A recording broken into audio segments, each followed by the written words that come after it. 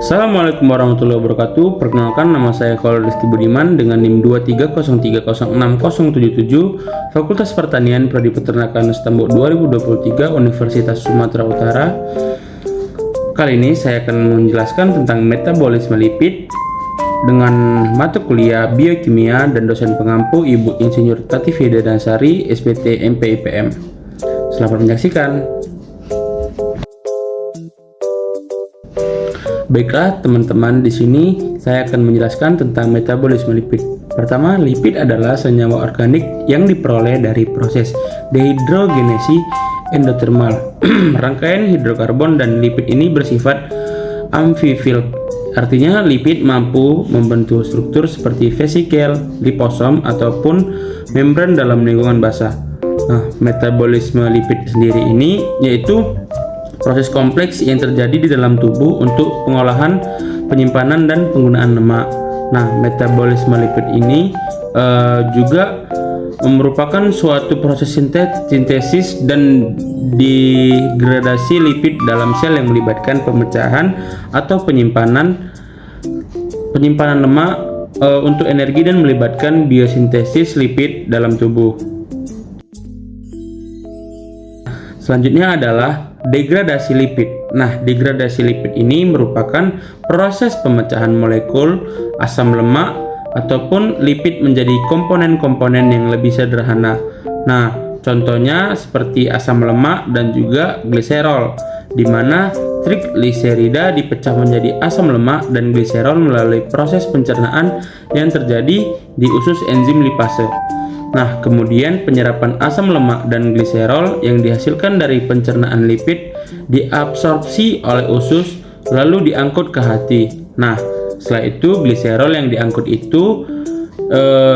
ke hati tadi kemudian diubah menjadi glukosa melalui proses gluconeogenesis dan diubah menjadi pirufat melalui proses glikolisis.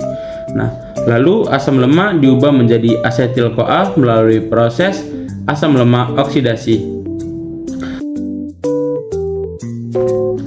Nah, selanjutnya adalah biosintesis asam lemak.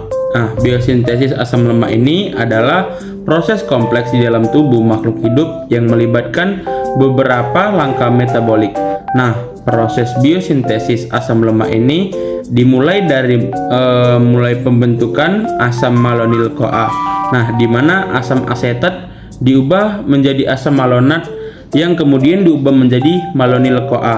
Nah, malonil-CoA ini adalah prekursor utama dalam pembentukan asam lemak. Lalu dilanjutkan ke dalam siklus asam lemak, yang dimana terjadi di dalam sitoplasma dan melibatkan beberapa enzim beta ketotiolase dan dehidrogenase.